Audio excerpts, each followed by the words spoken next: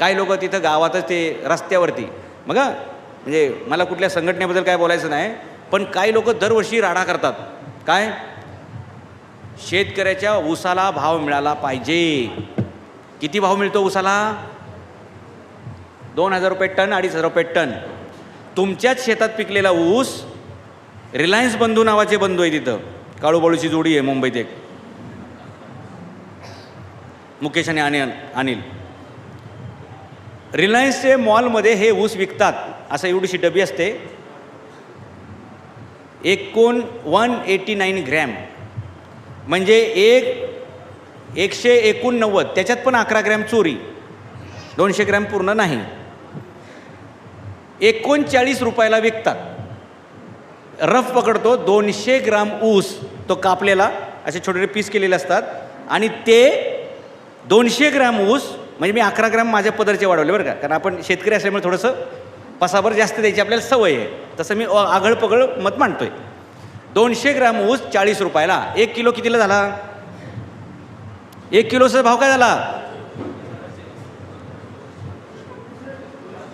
200 रुपये.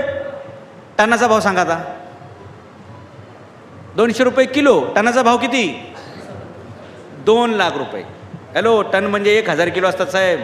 1,000 गुणिले 200, 2 लाख रुपये किलोनी अंबानी ऊस विकतोय मॉलमध्ये, आणि आमचा शेतकरी अजूनही डोकी फोडून घेतोय ऊसाला भाव मिळाला पाहिजे. कुठं? साखर कारखाना. कशाला तिथं साखर कारखान्याला गाळपाला देतोय? इकडे ये ना मुंबईमध्ये, जरा काप, असं डेकोरेशन कर आणि विक ना. 20,000 रुपये किलोनी मिळाले तरी काय वाईट आहे तुला?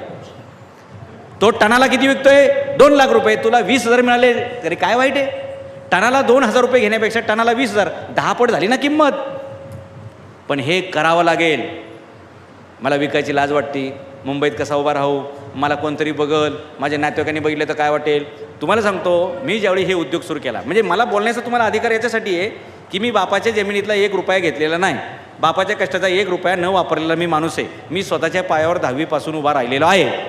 स्वतःला सायकल घ्यायची खुमखुमी होती. ते जो जिता वही सिकंदर पिक्चर बघितला. सायकल घेईल तर असलीच घेईल. बाप म्हणला आपले शाळेचं बघा, शाळेत जायला आहे का आपल्याकडे काय ते बघा. म्हणलं ठीक आहे, हरकत नाही. मी 10वी नंतर सुट्टीत 2 महिने कामाला गेलो, पण ती सायकल घेतली स्वतःच्या कष्टाने.